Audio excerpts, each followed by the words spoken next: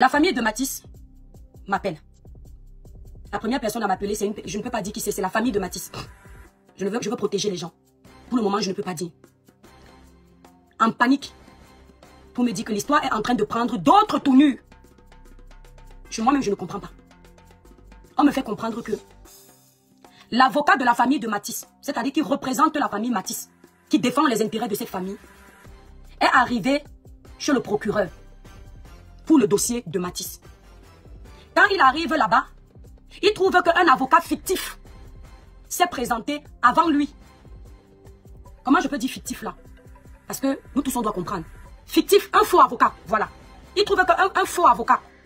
Donc on a pris un faux avocat, s'il vous plaît, vous allez taper fictif, moi je préfère dire ça. Ils ont pris, merci là-bas, fake, un imposteur, merci Collins, merci c'est même mieux. Un avocat, un imposteur. On a envoyé un imposteur se faire passer pour la famille de Matisse. Il faisait semblant de représenter la famille de Matisse. Écoute bien le Dieu donné 100 ans. Parce qu'ils ont envoyé un avocat, un imposteur, se faire passer pour la famille de Matisse. Comme quoi il vient défendre les intérêts de la famille de Matisse, qu'il a été mandaté par la famille de Matisse. Il ne sait pas qu'entre-temps, la famille du petit Matisse, elle a déjà un avocat international. Et que cet avocat-là est censé les représenter autant pour moi. L'avocat a eu l'approbation de la famille de Matisse. Quand l'avocat, vous voyez déjà les messages, non? Quand vous aimez pousser les gens à parler, quand ce n'est pas le moment, ce que vous faites n'est pas bien. Ce n'est pas un buzz. C'est un dossier où un enfant a perdu sa vie. Donc je disais, ils ont mis un imposteur comme avocat qui soi-disant vient représenter la famille de Matisse. Donc un avocat fictif.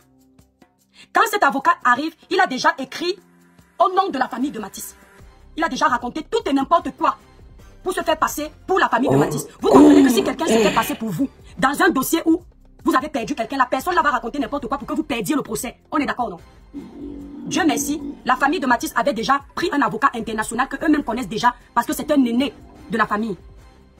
Quand il arrive, il trouve cet avocat fictif, c'est cet imposteur. Il dit que mais c'est quoi ce charabia? C'est moi qui suis l'avocat de la famille de la victime. Voici la preuve que je suis l'avocat. Voilà l'approbation de la famille, voilà les informations. Je tiens à préciser que je paraphrase mot par mot les informations qui m'ont été données par la famille du petit Matisse. De la même façon qu'ils étaient venus me donner les informations pour vous raconter le procédé avant que le petit Matisse perde la vie. Et ces mêmes informations, avant qu'elles n'atterrissent sur les plateaux de télé, vous vous êtes rendu compte que même quand elles ont atterri sur les plateaux de télé, c'était la même chose. Ce n'est pas moi qui étais sur place. Je n'avais pas vu comment on ripait Matisse. Mais j'avais eu toutes les informations toujours par cette même famille, les mêmes personnes. Donc je parle toujours au nom de ces mêmes personnes. C'est comme un avocat qui vient vous défendre. Il n'est pas souvent là quand les faits se sont produits. Mais vous relatez les faits à cet avocat et il paraphrase pour vous. Nous sommes bien d'accord. Parce que quelqu'un m'a posé la question, tu étais là. De la même façon que je n'étais pas là quand Matisse était en train de riper. Ou bien quand il y a eu bagarre dans les bars. Ou bien de la même façon que Zuimen n'est pas souvent sur place. Quand les choses se passent, il vient vous relayer l'information en fonction de ce que les victimes ou les concernés lui ont dit. C'est de cette même façon que je vous relaie l'histoire. Sauf que ici, je reprécise que c'est la même famille qui m'a dit de parler du problème de Matisse qui m'a contacté. C'est ainsi que l'avocat dit, c'est quoi ce charabia? C'est quoi ça? C'est moi qui suis l'avocat de la famille. Il sort les documents qui attestent qu'il est effectivement l'avocat de la famille. Scandale là-bas. L'avocat finit ce qu'il a fait là-bas.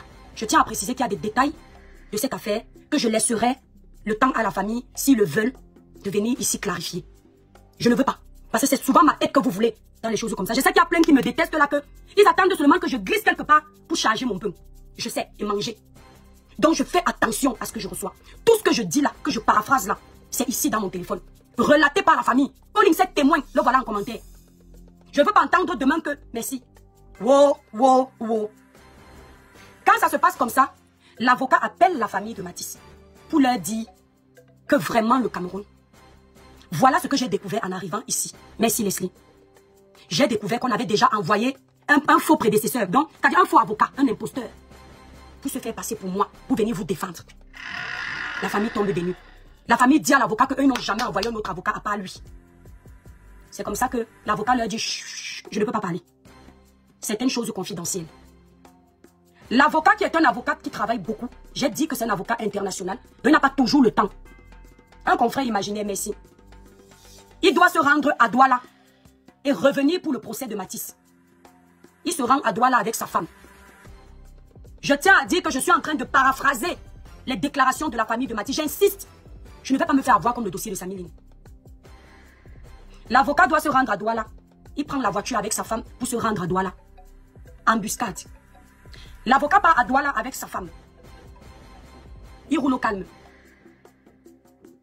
Embuscade. 2 hommes cagoulés sortent de leur voiture avec les longues CT. Je crois que vous avez compris ce que veut dire CT. Merci Kimon. Les longues CT, c'est la famille. Hein. Ce n'est pas l'étoile chrétienne. Je parle au nom de la famille. Ils prennent le CT. Ils mettent 9 coups. Tchoup, tchoup, tchoup, tchoup, tchoup, tchoup, tchoup, tchoup, tchoup, à l'avocat de la famille de Matisse. D'accord? Devant sa femme. Après, ils partent. Donc, imaginez le genre d'information là. Même les journalistes vont vous dire que, comme vous êtes en train de m'en vouloir, parce que je ne suis pas venu vous dire, le Dieu donné 100 ans aussi ne comprend pas que moi-même j'étais paniqué. Parce que c'est pas comme si on me racontait le Congo ça. On me dit qu'on vient de 9 coups. J'ai pitié pour la famille de Samy, de Matisse. J'ai pitié pour les gens qui me parlent au téléphone, j'ai peur pour eux. Même les journalistes, quand on leur donne le genre d'information aussi, même s'ils sont sûrs de la source, n'est-ce pas, ils vont d'abord traiter l'information avant de diffuser l'information. Donc ils ont tchoup-tchoup. L'avocat. Maintenant, de mon côté, tous les jours, je regarde la page de Zumento pour voir si Zumento a déjà posté. Je reste sceptique que mes maids. Une information cruciale comme ça, pourquoi est-ce que c'est moi qui ai cette information et pas Zumento? Et vous savez que comment on me déteste sur la toile, on va tout qui salit mon image. Je peux me dire qu'on peut monter une histoire de toute pièce pour envoyer l'étoile qui vient devant et je me retrouve dans la mer. Je n'ai pas raison de me protéger. Je n'ai pas raison, dites-moi la vérité. Mais un coup, je vois comment je sais aussi que cette famille-là, surtout celle-là, cette personne-là, depuis le début, tout ce qu'elle m'a donné comme information, c'est exactement ça. Je ne peux pas aussi douter d'elle, mais je reste quand même sous mes gardes. Que, hey,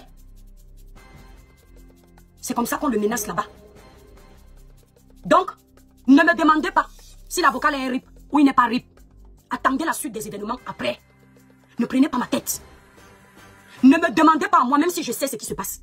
Je ne vais pas vous donner cette information. Je vais respecter cette famille qui est en deuil et je vais leur laisser l'opportunité de venir vous dire si l'avocat est RIP ou il n'est pas RIP. Parce que vous me faites sortir précocement. Alors que j'ai donné ma parole. Et je comprends aussi 100 ans d'avance qui me dit que, avec cette information, parce que moi je l'ai appelé, il m'a raccroché au nez. Normalement, je n'ai même pas le droit de dire les choses comme ça. Bref, vous voyez pourquoi il y a des sorties où il faut prendre le temps, merci Mélanie. Comme ça, tu sais quoi dire, tu sais quoi ne pas dire. Tu ne parles pas sous l'effet de l'émotion. Parce qu'ici, il ne faut pas les émotions, il faut la jugeote. Pour que l'information puisse être bien relayée, sans qu'il y ait de faute. Donc aujourd'hui, je ne peux pas vous dire s'il est RIP ou il n'est pas RIP. Toujours est-il que je paraphrase les informations de la famille. Il a reçu 9 coups de CT. 9 coups de CT sur le regard. Donc je me demande pourquoi ils n'ont pas aussi touché sa femme. Même si je ne souhaite pas comprendre. Sans doute pour qu'elle aille informer que voilà ce qui s'est passé pour que la famille ait peur. Les blogueurs aient peur. Si ce que cette famille dit est vrai, mes chères autorités camerounaises, il y a un problème. Parce qu'à ce jour, amen, merci là-bas. Est-ce qu'il pense à moi, Christian? À ce jour, le procès du papa de Matisse a été renvoyé sous prétexte que il n'y a pas assez d'éléments. Bizarre, n'est-ce pas? On a les témoins dans le quartier, dans la buvette, qui disent tous la même chose là-bas. Quand les chaînes de télévision sont parties, la même version. Toute la famille donne la même version, vous allez dire que non. Il peut y avoir conflit d'intérêts si on dit justement que c'est seulement la famille qui donne la même version. On vous dit que même les gens dans la buvette donnent la même version de comment l'altercation s'est passée. Ils ont d'abord commencé par vouloir vous faire croire que le papa de Matisse était un alcoolique, alors qu'il ne boit pas l'alcool. Pour que les gens disent que lui-même il faisait quoi assis au bas, un père de famille en laissant ses enfants à la maison pour boire l'alcool. Alors que le pauvre travaille dans la construction. C'est-à-dire qu'ils cherchaient les manœuvres. Les gens qui sont dans la buvette là savent qu'ils passent souvent chercher les manœuvres pour l'accompagner au chantier. Ils ont commencé par là pour vous faire croire que c'est 2 alcooliques qui ont bagarré et les innocents payent. Faux. C'est pour ça que certaines personnes qui ne réfléchissent pas ont commencé à dire que j'ai vu un blogueur là, comment il s'appelle? Comment il s'appelle là? Il y a un monsieur là qui avait insulté Amélie Bengono un jour là. Il fait souvent les vidéos ici, ça passe comme ça. Il est suivi, hein. Purée, son nom m'échappe.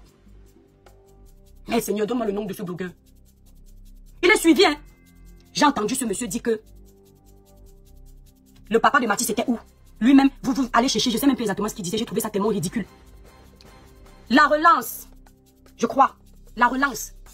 Parce que les gens comme ça écoutent les versions, les versions erronées. Et puis ils viennent diffuser.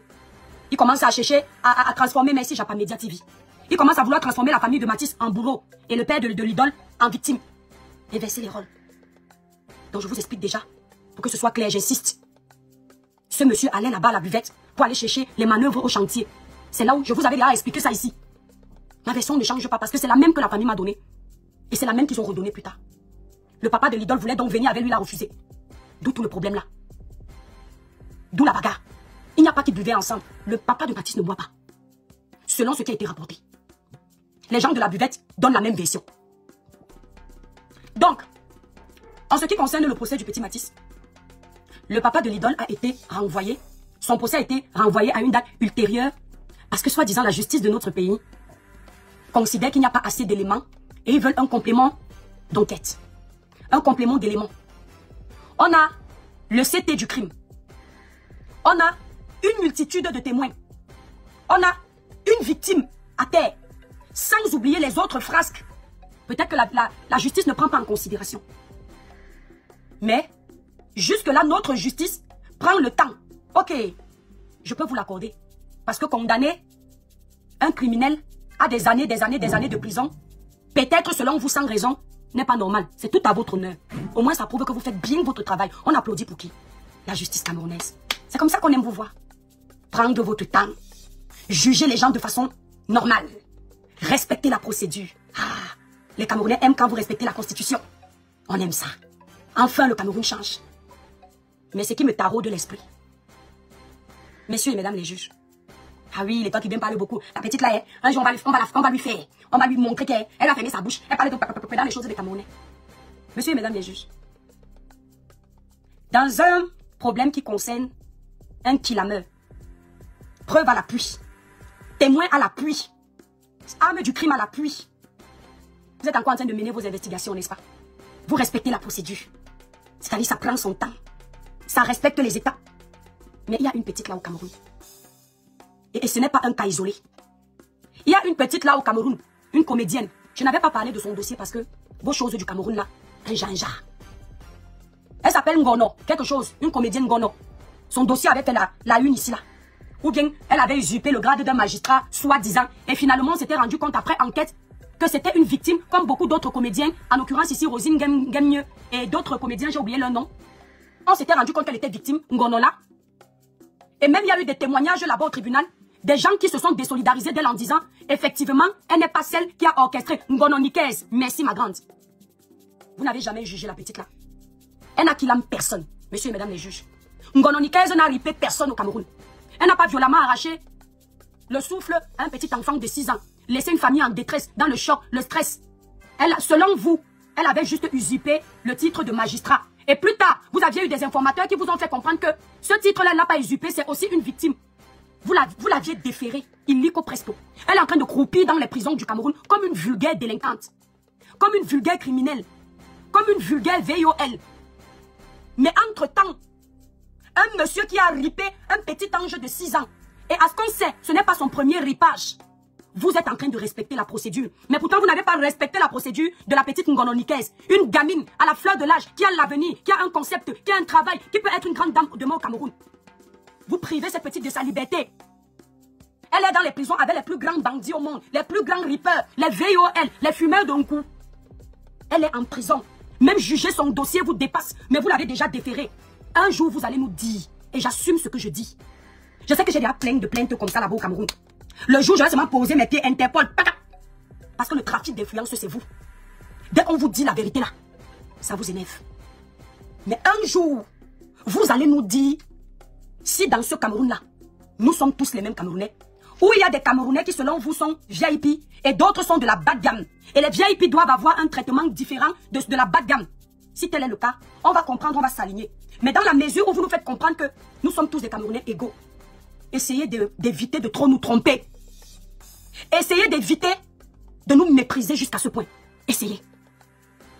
Au Cameroun, il y a la justice du pauvre. Et il y a la justice de l'argent. Il y a également la justice des longs bras. C'est les toi qui viennent qui parlent. Les gens qui aiment dire que je m'assois en Europe, j'insulte le Cameroun. Au même titre que le Cameroun là vous appartient. Ça coule dans mes veines. Mes deux parents sont 100% camerounais d'origine. D'origine, je suis 100% camerounaise. Mon père et ma maman. Si je salis mon pays, je me salis.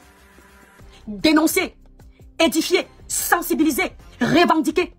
Ne veut pas dire détester son pays. Parce que qui ne dit rien, consent. Il y a trop d'injustice au Cameroun. Les Camerounais n'ont plus confiance en leur justice. Et quand tu n'as plus confiance en ta justice, bonjour les gars. Parce que tu vas vouloir t'auto-défendre. Et tu ne vas plus vouloir respecter la procédure. Il y a ceux qui vont choisir d'aller kill l'âme seul pour se faire justice. D'autres vont choisir d'aller chez les marabouts pour faire du mal. Parce qu'ils n'ont plus confiance en vous. Acceptez ça. Il y a des prisonniers au Cameroun. Pas on a dit. On voit. Tu vois, quelqu'un a perdu le procès. Il est censé faire 5 ans d'emprisonnement. Les victimes savent qu'il est en prison. Ils dorment en paix chez eux. Les mêmes victimes, un jour en marchant en route, se rendent compte que celui qui était censé être en prison, à cause du préjudice moral, physique, il est libre. Ça veut dire que pendant qu'eux dorment en paix, ce même bourreau qu'on croit être en prison peut entrer dans leur maison, finir avec eux. Personne ne va se douter que c'est le bourreau parce que les voisins vont dire que non, ce n'est pas le bourreau qui avait eu les problèmes avec eux en train de croupir en Konengi. Alors qu'il a déjà donné l'enveloppe à qui il est libre. Honte à vous. On ne dit pas que la corruption n'existe pas ailleurs. Hein. Mais votre niveau de corruption là, votre niveau de trafic d'influence, votre niveau de faussaire, c'est-à-dire que les gens qui me disent souvent que tu dis que tes dernières vacances au Cameroun c'était en 2010, tu n'as pas honte, viens au Cameroun, qu'est-ce qui donne envie à quelqu'un de venir chez vous?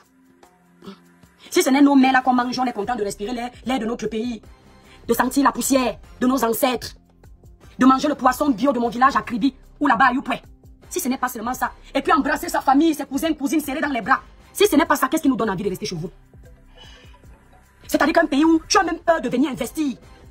Parce que tu te dis que si tu investis, on te braque, tu arrêtes le braqueur, tu amènes en prison, on le libère 2 jours après s'il a payé plus que toi. Honte à vous. Le papa de l'idole, un ripper qui fait les dégâts au Cameroun, partout. Vous osez demander un complément d'enquête. De la même façon qu'ils ont libéré le bourreau de la pauvre enseignante d'à peine 34 ans. C'est de la même façon qu'ils vont procéder si vous les Camerounais, vous n'ouvrez pas vos yeux. Parce que vous les Noirs, vous avez toujours cette façon de dire, ok, oh, je ne me bats plus. Comme la justice a décidé de laisser, je laisse à Dieu. Dieu n'aime pas les fainéants. Dieu n'aime pas les lâches. On vous a parlé de la religion, mais on ne vous a pas parlé de vos devoirs. Si tu restes couché sur ton lit, tu cherches du travail, tu dis que j'attends la justice divine, Dieu va m'envoyer le travail, tu mens.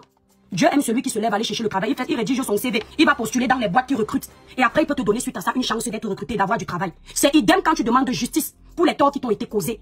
Tu dois te battre pour obtenir cette justice, surtout au Cameroun. Si tu dors, ton dossier va dormir. On va classer ça aux oubliettes. C'est celui qui aura plus les billets de banque qui va gagner devant toi. Et c'est là où tu vas comprendre que Dieu n'aime pas les fainéants. Dieu n'aime pas les fainéants. Dieu aime les battants. Les gens qui savent se défendre. D'accord? N'oubliez pas de vous abonner. Abonnez-vous massivement. Opération 1 million de followers. Et likez. Laissez un commentaire si ça vous a plu. Et c'est tout. Aidez-moi à partager au maximum. C'est pas ça? C'est ça.